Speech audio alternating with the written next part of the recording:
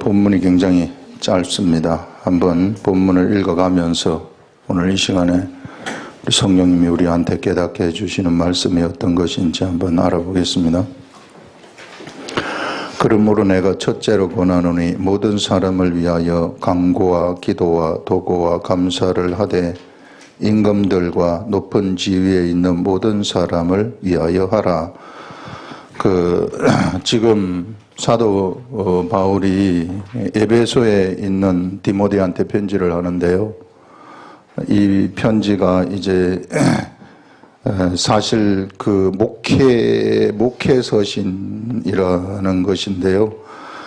디모데가 에베소 교회에서 어떻게 목회할 것인가 하는 것들을 지금 알려주고 있는데, 첫째로 알려주는 것이 이제 기도하라는 겁니다. 무엇을 기도하라는 건가? 첫째로 너를 권하노니 모든 사람을 위하여 간구와 기도, 도고와 감사를 하라. 이 간구, 기도 같은 이야기입니다. 간구, 요청하는 거죠. 하나님한테 막 요청하는 거. 그 다음에 기도하는 거.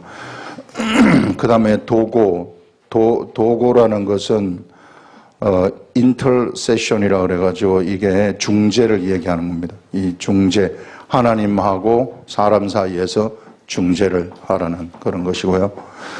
그 다음에 이제 감사, 도구와 감사를 하되 임금들과 높은 지위에 있는 모든 사람을 위하여 하여라. 이 임금들, 이 기도와 간구, 도구, 감사를 이걸 하는데 임금들과 높은 지위에 있는 사람들을 위해서 하라고 얘기를 하는 것입니다.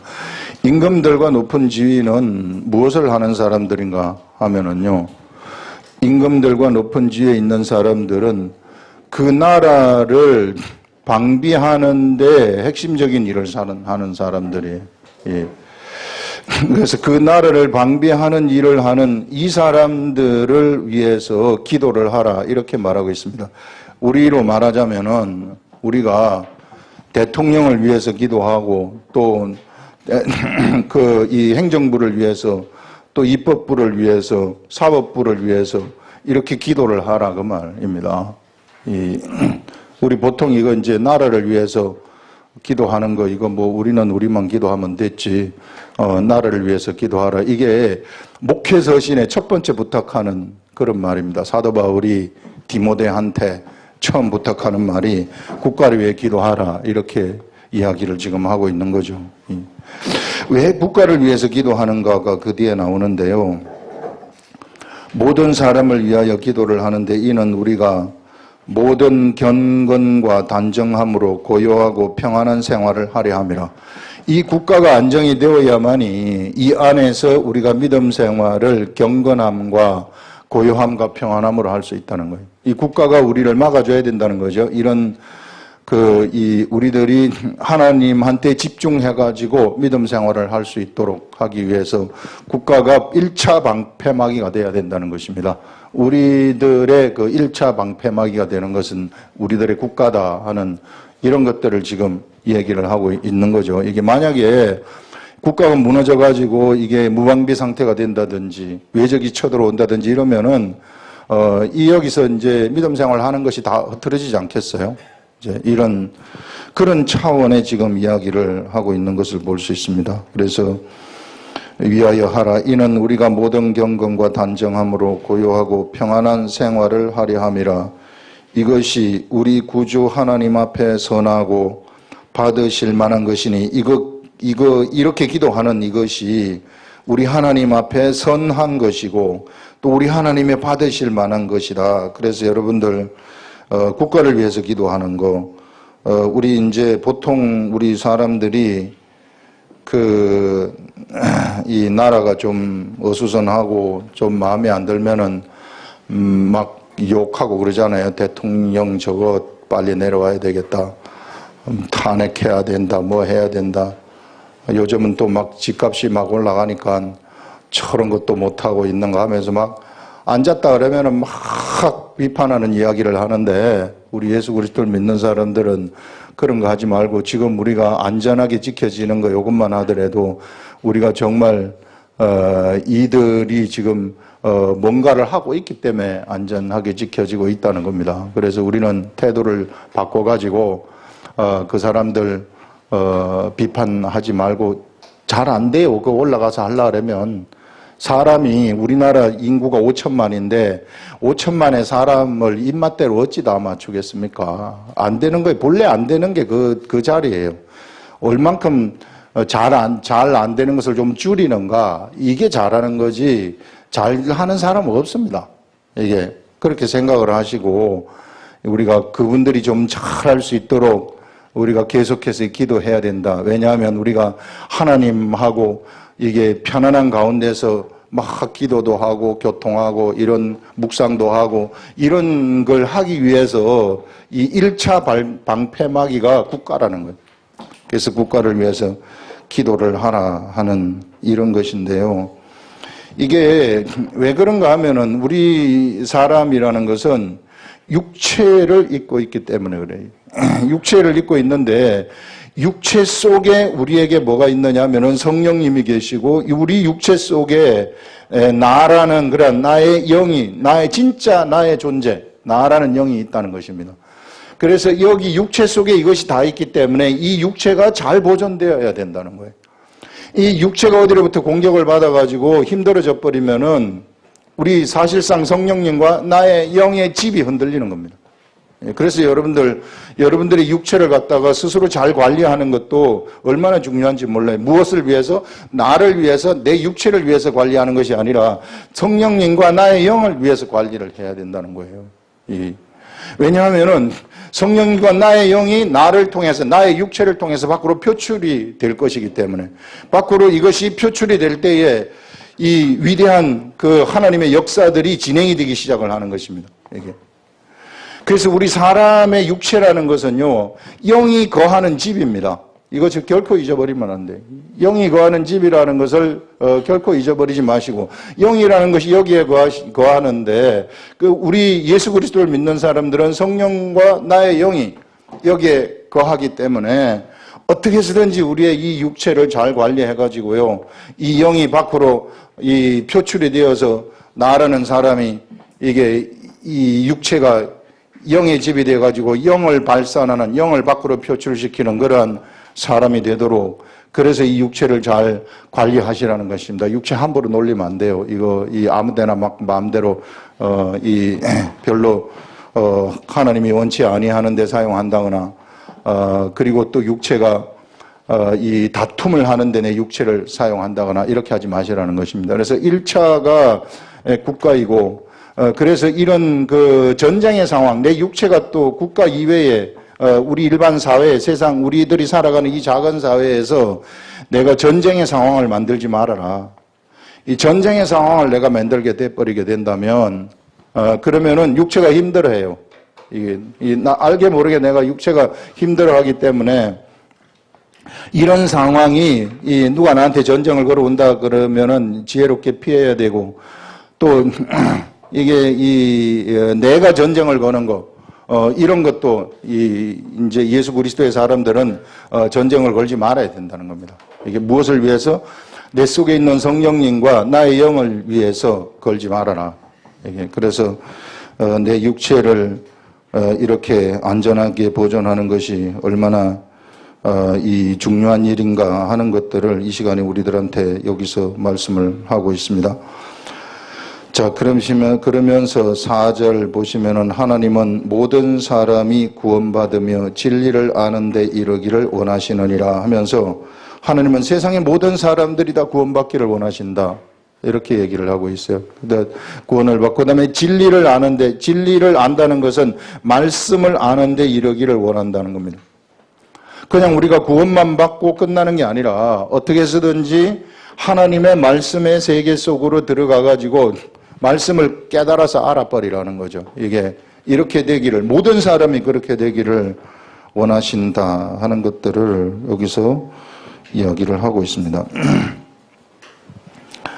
그 다음에 이제 5절 보시면 하나님은 한 분이시요 또 하나님과 사람 사이의 중보자도 한 분이시니 곧 사람이신 그리스도 예수라 이렇게 말하고 있습니다. 자, 여기서 지금 우리 예수 그리스도를 뭐라고 강조를 하고 있느냐면은 본래 우리 예수 그리스도는 하나님이신데 여기서는 사람으로 강조를 하고 있습니다. 사람이신 예수 그리스도라고 강조를 하고 있어요. 하나님은 한 분이시요 또 하나님과 사람 사이에 자, 하늘에 계신 하나님이 계시는데 요 하나님이 있고 그다음에 여기 이제 요 땅에 요 사람들이 있습니다.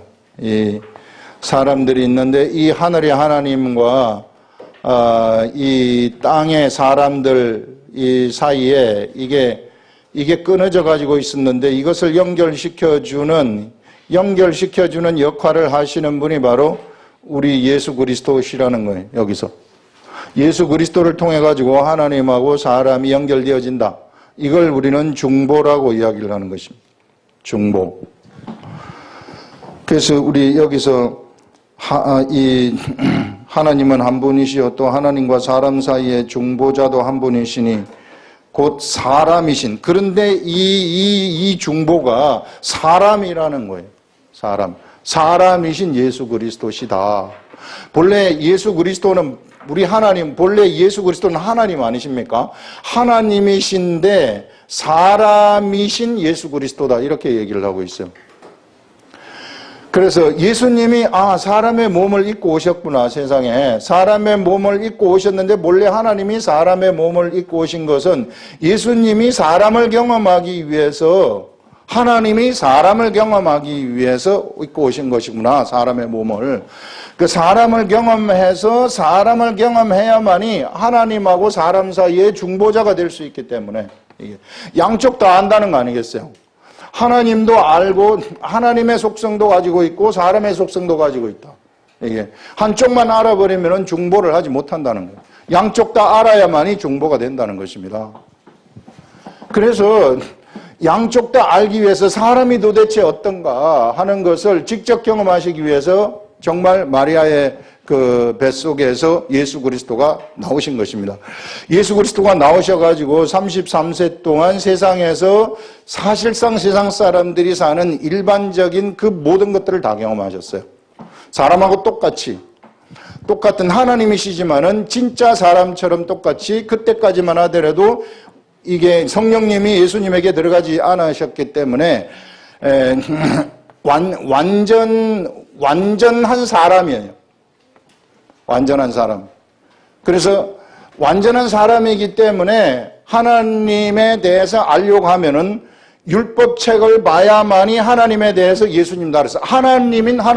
하나님이신 그 예수님이 하나님을 알지 못하시고 율법책을 통해서 율법을 보면서 하늘나라를 아는 이런 상황에 묶여 있었다는 것입니다. 지식에 완전히 묶여가지고 있었다는 것을 우리가 볼 수 있고요. 그래서 이 하나님이 어떤 일이 일어나게 되느냐 하면은 이제 요단강에서 세례 요한으로부터 세례를 받으면서부터 그 성령님이 우리 예수님 속으로 들어가게 되는 것입니다. 이때 비로소 유대인의 왕으로 등극하는 것이죠. 유대인의 왕이 이제 되셔가지고 이제 성령님 진짜 하나님의 속성이 이제 예수님에게서 막 나타나기 시작하는 거예요. 사람을 입은 그 사람에게서 하나님이 나타난다. 이것을 우리는 임마누엘이라고 하는 것입니다. 임마누엘. 이게 세상에 하나님이 임했다는 것입니다. 세상에 천국이 왔다는 것입니다. 그래서 이제는 세상에서 사람들이 천국을 보는 그런 일들이 나타나게 되었다는 거죠. 그래서 이런 예수님이 12제자들을 선택을 하시는 거예요. 12제자를 쭉 선택을 하셔가지고 3년 동안 데리고 다니시면서 예수님의 모든 생활을 갖다가 다 보여주시는 거예요. 다 보여주시면서 예수님이 행하시는 성령님이 나타나셔가지고 행하시는 기사와 성령님이 나타나셔가지고 행하시는 이적과 그 다음에 하늘나라의 말씀들을 제자들한테 가르쳐주기 시작을 하시는 것입니다. 자, 이렇게 되면서 이제 제자들의 생각은 이제는 우리 예수님이 메시아이시구나. 우리 예수님이 메시아시면은 이제는 이 예수님이 이스라엘 나라를 회복하겠구나. 이렇게 생각을 한 겁니다. 그래서 마지막 6월절에 예루살렘으로 예수님이 입성을 하실 때에 입성하기 전에 예수님은 수없이 제자들한테 무슨 말을 하느냐 하면은 인자가 대제사장과 장로들에게 고난을 받고 그다음에 이 죽임을 당하고 부활을 할 것이다. 이렇게 알려주시는 것을 볼 수 있어요. 근데 제자들은 거기서 베드로는 속으로는 대답하지 못하고 있었는데 베드로가 툭 튀어나와가지고 주님 그리 하시면 안 됩니다. 이렇게 얘기를 하는 거죠. 그러니까 사단아 물러가라 이렇게 말씀하는 것을 볼 수 있습니다. 제자들의 생각에는 어떤 생각이 있었느냐 하면은 예수님이 예루살렘에 들어가시게 되면은 드디어 이제 이 이스라엘 나라를 회복하는 것이구나. 이게 이스라엘 나라를 회복하겠구나. 이렇게 생각을 하고 있었어요. 그게 제자들의 생각이었습니다. 3년 동안 예수님을 따라다녔었던 제자들의 생각. 근데 예수님의 생각은 어떤 것이었는가 하면은 예수님의 생각은 제자들의 생각하고 완전히 틀린 것이었어요. 이스라엘 나라의 회복은 회복이에요. 이스라엘 나라를 회복시키시는데 제자들의 생각은 육적인 이스라엘 나라의 회복이었지만은 예수님이 생각하신, 하나님이 생각하신 이스라엘 나라의 회복이라는 것은 그게 아니라, 진정한 이 12명의 제자들, 12명의 이 제자들에게 있어서 이들에게 가장 좋은 게 뭔가? 이들이 지금 사단의 세력하에 놓여가지고 있는데, 진정한 이스라엘의 회복이라는 것은 예수님이 여기 십자가에 들어가셔가지고 십자가에 못 박혀 돌아가시는 것이었어요. 십자가에 못 박혀 돌아가시는 이것이 진정한 회복이고 돌아가셔가지고 가만히 있는 것이 아니라 이제 다시 예수님이 부활하시고 하늘나라에 올라가셨는데 이 하늘나라가 어디가 되어버리느냐 하면은 제자들의 육체가 되어버린다는 것입니다. 육체 속으로 다시 들어오는 것이었어요. 육체 속으로 다시 들어오는 이것을 하나님이 계획을 하시고 이 역사를 진행하고 계셨던 것입니다. 그런데 제자들의 생각은 이스라엘 나라의 회복에 관심이 있었다는 것. 이스라엘 나라를 회복시키면은 내가 그 나라가 임할 때 예수님의 오른편에 왼편에 앉아가지고 이 나라를 통치할 것이다. 이것이 사람들의 생각이에요. 이 세상에 하나님을 모르는 모든 사람들의 생각이에요. 이 모든 사람들의 생각이 여기 지금 다 이렇게 뻗쳐가지고 있는 겁니다. 이게 전부 다 이렇게 되어가지고 있는데 이런 사람들이 어떻게 하나님을 만나겠어요? 이 생각으로 가득 차가지고 있는데 하나님의 생각이라고는 요만큼도 없는데요. 이게 하나님이 가져다 주시는 그 생각이 그 속에 들어갈 수 있는 여지가 하나도 없는 사람들인데 제자들이 3년 동안 예수님을 따라다녔지만은 따라다닌 그때마다 그렇게 많은 기사와 이적을 보고 이렇게 했었지만은 예수님을 전혀 이해하지 못하는 예수님이 지금 예루살렘에 입성하실 때 이제 내가 영의정이 된다, 자의정이 된다, 국무총리가 된다 이런 생각을 하고 있었단 말이에요. 이게. 근데 예수님의 하시는 방법, 하나님의 하시는 방법은 사람이 상상도 할 수 없는 법, 진짜 중보를 하신 겁니다. 진짜 중보, 진정한 중보가 뭔가를 예수님이 보여주시는 것이죠. 진정한 중보라는 것이 바로 이 제자들의 생각하고는 완전히 달랐던 예수님을 따라다녔던 3년 동안 따라다녔던 그 제자들의 생각하고 완전히 다른 십자가에 죽어버리는 이러한 것을 해내시는 것입니다. 그래서 십자가에 죽으심으로써 어디에 이제 들어가시느냐 하면은 제자들 속으로 들어가 버리는 이런 중보를 행하시는 거예요. 자, 제자들 속으로 들어가는 중보, 이게 제자들 속으로 예수님이 들어가셨을 때 이제 이 제자들 한 사람이 뭐가 되느냐 하면은요, 이스라엘 나라가 되는 것입니다. 이스라엘 나라가 되어가지고 이것이 진짜 참 하나님의 나라가 되어서 이들에게서 이제 하나님의 나라가 밖으로 표출되어지도록 하는 이런 방식의 나라를 예수님이 생각을 하고 이렇게 중보를 하신 것입니다.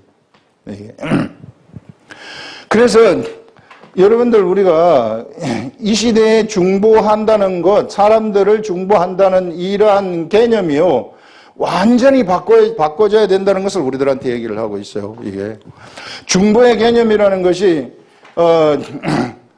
집사님 저를 위해서 기도해 주세요. 우리 그 아들이 어디 지금 대학 입시를 보는데 잘 봐야 되지 않겠습니까?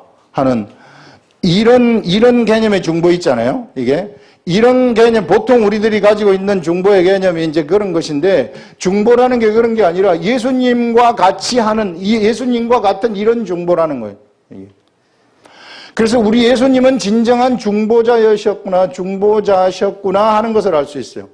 근데 희한한 것은 이렇게 중보를 해가지고 이 제자들이 예수님이 십자가에 돌아가실 때 얼마나 실망을 했겠어요. 이게 육적으로 보면은 다 실망하죠. 이게. 그런데 시간이 얼마 되지 않아가지고 진짜 제자들이 진짜 하나님의 나라가 돼버리거든요. 이렇게 사람을 바꾸는 중보, 이게 하나님이 계획하신 중보라는 것입니다. 이게. 그래서 이런 방식의 중보를 지금 우리 보고 하라고 얘기를 하는 것이, 이제 이 예수 그리스도가 어디 들어왔느냐 하면은 우리 속에 들어와 버렸다는 거예요. 예수 그리스도가 우리 속에 들어왔다는 것은 우리가 예수 그리스도를 믿는 사람, 이 사람이 성령의 기름 부으심을 받았다는 거예요. 기름 부으심, 어노인팅 됐다는 것입니다. 기름 부으심. 기름 부으심을 받았다는 것은 뭔가 하면은요, 직분을 받았다는 거예요. 우리 지난주에 한 거, 사도 바울이 내가 예수 그리스도로부터 직분을 받아 나를 충성되이 여겨 나에게 직분을 맡기심이니 하는 이 직분. 이 직분을 받았다는 이것은 뭔가 하면은요, 사실상 예수 그리스도가 우리 속에 들어와 계시는 중보자가 돼버렸다. 우리도 예수 그리스도와 같은 중보자가 돼버렸다는 거예요. 중보자가 돼버렸다는 것은 이제는 내가 더 이상 나를 위해서 존재하는 내가 아니라는 거예요. 더 이상 나라는, 중보자가 된 나라는 사람은 중보를 위해서 존재하는 존재이지 나를 위해서 존재하는 그러한 존재가 아니다. 여러분, 예수 그리스도를 믿고 예수 그리스도가 그 사람의 속에 들어온 사람들은 모두 다 사실상 자기를 위해서 사는 존재가 아닙니다. 이제는 내가 누구를 위해서 사는 존재냐 하면은 중보를 위해서 사는 존재라는 거예요. 이게 사람과 하나님 사이에 예수 그리스도가 중보를 맺어준 거죠. 이 중보는 이제는 예수님이 중보하는 길을 열어놓으셨는데, 열어놓으신 다음에 이 예수님이 이제 우리 속에 들어오셔가지고 이제 우리 사람들 속에서 옆에 있는 사람들을 중보하시고 계신다는 것입니다. 이게 그래서 이 제자들을 이와 같이 중보를 했듯이, 그래가지고 이 제자들을 진짜 예수 그리스도의 제자로 만들었듯이 우리들도 이와 같이 중보를 함으로써 이 사람들을 육적으로 잘 되고, 뭐 육적으로 세상에서 그 국무총리가 되고 뭐가 되고 세상의 권력자가 되고 하는 그런 것이 아니라 진짜 참 하나님이 그 속에 들어갈 수 있도록, 그 속에 이미 참 하나님이 들어가 있다면 그 참 하나님이 거기에서 왕성하게 활동하실 수 있도록 그걸 위해서 우리가 중보를 하는 그런 존재가 되어버렸다는 것입니다. 그래서 이 직분을 맡은 자, 중보자, 그래서 우리는 여기서 대제사장이라는 우리 예수 그리스도를 우리 지난 시간에 나온 것이 바로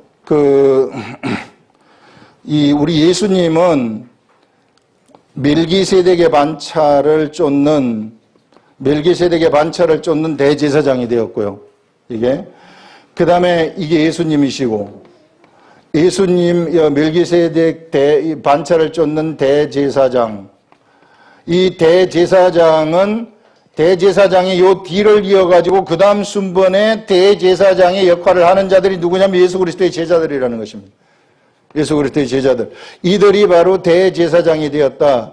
이 대제사장이 되어가지고 이 사람들이 이제는 무엇을 하는 자냐면은 예수 그리스도가 예수 그리스도의 제자들의 중보자가 되어가지고 이제 제자들 속에 예수님이 들어오셔가지고 이제는 여기 있는 이 수많은 사람들, 이 제자들을 통해서 수많은 사람들의 중보자가 되시는, 그래서 이들을 하늘하고 연결시켜 주는 이런 역할을 하신다는 것입니다.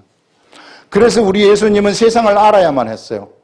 세상을 경험으로 알아야만 했기 때문에 하나님이 사람의 몸을 입고 오신 것입니다. 그런데 이제 이 세상의 사람들은 이 세상에서 태어나가지고 세상만 알았던 이 사람들이 중보자가 되기 위해서는 하늘을 알아야 될 거 아니에요. 이게 하늘을 알아야만 중보자가 되는 거죠. 그냥 예수님의 제자들이 여기서 예수님이 십자가에 돌아가셨을 때 그냥 제자들이 그냥 예수님하고 이렇게 끝나버리면은 아무것도 죽도 밥도 안 된단 말이에요. 하늘을 알라 그러면은 어떻게 해야 되느냐 하면은 예수 그리스도 그 속에 들어와야만이 내가 하늘을 아는 거 아니겠습니까? 내 속에 들어와가지고 내 생각을 지배하고 나한테 생각을 주셔가지고 그 생각대로 움직이게 해야만이 하늘을 아는 거 아니겠습니까? 그래서 예수 그리스도가 그 사람들 속에 들어오게 돼버리는 것입니다. 제자들 속에 최고의 선택을, 최고의 계획이죠, 이것이. 그 사람을 최고의 사람으로 만드는 계획. 그야말로 대제사장으로 만드는 계획이죠. 그래, 이 대제사장이 되어가지고, 그래서 그 속에 예수 그리스도가 이제 들어와서, 이제는 이 예수 그리스도가 들어오니까 이 사람이 무엇을 알아버리냐면 하늘을 알아버리는. 그래서 이제 예수 그리스도는 본래 하늘이셨는데, 세상에 오셔가지고 땅을 알았어요. 이게 세상을 알았어요. 그래가지고 세상 사람들을 위한 중보자가 되셔가지고 예수님이 중보자가 되시니까 이제는 땅에 있었던 땅의 사람들, 본래 하나님을 몰랐던 그 땅의 사람들이 하늘을 알게 되어가지고 하늘과 땅 사이에 중보자가 돼버리게 되는 것입니다. 그래서 예수 그리스도를 믿는 모든 사람들은 이 시대에 중보자의 삶을 살아가는 거예요. 사실상 육체를 가지고 있을 때는 중보자의 삶을 살아가는 겁니다. 내가 나를 위해서 하나님한테 기도해가지고 잘 먹고 잘 살다가 천국 가는 그런 거 아니, 그건 종교죠. 이게 그런 삶을 사는 게 아니라 더 이상 이제 중보자가 되었다는 것은 대제사장의 삶을 사는 거예요. 대제사장의 삶을 사는 것은 뭔가 하면은요, 대제사장이라는 사람들은 여러분 구약 시대에 보게 되면 여기에 이 성막이 있지 않습니까? 이게 지성소고요. 이게 성소입니다. 대제사장의 역할이라는 것은 여기에 이제 이스라엘 백성들이 성전뜰에 막 이게 절기가 되면은 6월절이 되면은 모든 사람들이 다 와요. 여기. 이스라엘의 모든 사람들이 전부 백성들이 여기 있습니다. 백성들의 이 요청은 뭐냐 하면은 우리의 죄를 사해 주십시오. 우리의 죄를 사해 주십시오. 이거예요. 이게 그래서 이스라엘 백성들이 갈구하는 것이 모두가 다 이 죄 속에 있는 이 사람들을 갖다가 갈구하는 것이 뭔가 하면은 죄를 사해 주는 거예요. 그래서 6월절에 이스라엘 백성들이 성막 앞으로 나오는 것, 성전 앞으로 나오는 것은 자기의 죄 때문에 나오는 것이죠. 모두가 다. 그래서 다 여기에 모여 있습니다. 여기에 다 모여 있는데 여기서 이제 대제사장이 자기를 위해서 이게 이 소 한 마리를 잡아가지고 자기를 위한 제사를 자기도 부정하니까 제사를 드린 다음에 그 다음에 이제 이 염소의 피를 들고 들어가는 거예요. 여기를 통과해가지고 들어가서 요게 이제 하나님이 어디 계시느냐 하면은 여기에 계시는 겁니다. 내가 물리적인 장소로 여기에서 너희들을 만나겠다고 약속하신 장소가 바로 지성소라는 법궤가 있는 곳이에요. 이곳에 들어가는데 이곳에 들어갈 때 뭘 들고 들어가느냐면은 여기에 향단이 있었는데 향단의 향로를 들고 같이 향로와 여기에 피를 들고 들어가는 거예요. 이 안에 들어가는 겁니다. 이 안에 들어가가지고 여기에 이제 뿔에 피를 뿌리고 동쪽과 앞에다가 법궤 앞에다 피를 7번 뿌리면서 하나님, 이 백성들의 죄를 사해 주십시오. 백성들의 죄를 사해 주십시오. 이렇게 중보하는 거예요. 중보자면 대제사장의 역할은 뭐냐 하면은 중보하는 거예요. 중보. 그래서 자기 죄는 이 소를 잡아가지고 사한 다음에 죄가 있으면 이 들어가지를 못하니까. 그래서 한 다음에 그런데 우리가 이제 예수 그리스도가 우리 속에 들었으면 우리가 이제 우리의 죄는 없어지지 않았습니까? 그렇기 때문에 이제는 이 사람들을 위해서 중보하는 거예요. 이 사람들을 위해서 여기서 뭐라고 하느냐면은 백성들의 죄를 사해 주십시오. 백성들의 죄를 사해 주십시오 하게 되면 여기서 여기는 하나님을 대면하는 장소예요. 죄가 없어졌다. 이렇게 이제 하나님이 선포를 하는 거죠. 그러면은 답을 들고 여기서 나오는 겁니다. 답을 들고 대제사장이 나와서 너희들의 죄가 없어졌다고 백성들한테 선포를 하는 거예요. 선포를 하면서 아사셀 양한테 이 죄를 갖다가 다 모아가지고 이 아사셀 양한테 뒤집어 씌워서 저 광야로 갔다가 버림으로써 너희들의 죄가 없어졌다. 이렇게 선포를 하는 것입니다. 이게 대제사장의 역할이거든요. 그러면 예수 그리스도는 영적인 하늘의 대제사장이었어요. 이거는 아론의 반차를 쫓는 사람들이 대제사장이 되는 거예요. 육적인 대제사장이죠. 그런데 우리 주 예수 그리스도는 아론의 반차를 쫓는 대제사장이 아니라 이 멜기세덱의 반차를 쫓는 대제사장이란 말이에요. 그런 예수 그리스도가 이제는 십자가에 돌아가셨어요. 그리고 죽어가지고 부활하시고 이제는 예수 그리스도가 그 대제사장이 어디로 들어와 버렸느냐면 예수 그리스도의 제자들 속으로 들어와 버렸어요. 우리 속으로 들어와 버렸다는 것입니다. 그래서 우리가 예수 그리스도와 하나가 되면서 우리가 대제사장이 돼버리는 겁니다. 이게. 그러면서 예수 그리스도가 우리 속에 들어와 버렸다는 것은 이제 우리가 대제사장이 되어가지고 무엇을 하느냐 하면은 이 중보자의 삶을 살아가는 거예요. 중보자.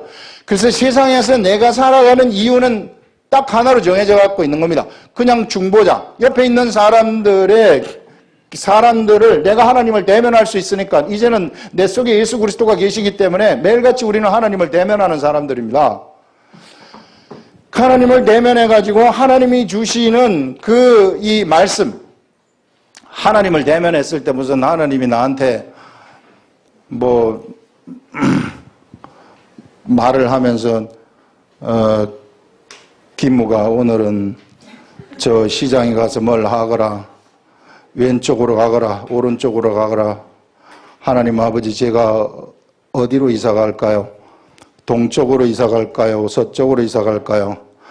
동쪽도 가지 말고 서쪽도 가지 말고 북쪽으로 가거라. 이런 거 아니에요. 이게 그런 식으로 하는 게 아니라 하나님의 말씀을 우리가 보게 되면 말씀을 깨닫게 하신단 말이에요. 깨닫게 하시는 거. 이게 그런 방식으로 주시는 거. 언제나 그렇게 우리들한테 대면한다는 것은 그 말이 그 깨달음의 말씀을 우리들한테 주신다는 거예요. 예. 소리가 들리는 것은 귀신이 들려주는 거죠. 이게 그 소리 급하면은 음성이 들리거나 그러지는 않아요. 급하실 때는 그냥 생각이 훅 떠오르면서 알아요. 이게 그런 방식이지만 하나님이 우리한테 주시는 최고의 방식은 뭐냐 하면은 말씀을 깨닫게 해주심으로써 나한테 알려주시는 것입니다. 그 말씀을 가지고 사람들한테 가라는 거예요. 사람들한테 가가지고 그 말씀이 있을 때 그게 나한테 예수 그리스도가 이제 밖으로 드러나는 거거든요. 이 나한테 말씀이 왔다는 것은 내가 이 말씀을 가지고 사람들 앞에서 드러나겠다 이 말입니다. 그래서 내 육체가 사람들 앞에서 말을 탁 하게 되면은 그러면 예수 그리스도가 그 밖으로 확 드러나는 겁니다. 예수 그리스도가 드러나면서 사람들의 죄사함이 일어나는 거예요. 이게. 이 시대의 사람들은 그와 같이 하나님의 말씀이 선포될 때에 말씀이 사람들한테 이야기되어질 때 그 영이 살아나게 되는 것입니다. 영이 살아나는 것이 그들 속에 바로 하나님의 말씀이 들어가는 것이거든요. 그들 속에 죄사함이 일어나는 것이거든요. 그래서 말씀이 사람을 깨끗하게 하는 겁니다. 이 시대에는 말씀이 사람을 깨끗하게 한다. 예수 그리스도가 이미 십자가에 돌아가셨기 때문에. 그래서 우리는 그러한 방법으로 무엇을 하느냐면은 중보를 하는 존재들이다. 절대 나를 위해서 사는 존재가 더 이상 내가 나를 위해서 사는 시대는 끝났어요. 내가 나를 위해서 산다고 생각을 하게 되면은 딴 동네에서 사는 거예요. 우리 예수 그리스도를 믿는 세계가 아닙니다. 그 세계는. 그런 세계는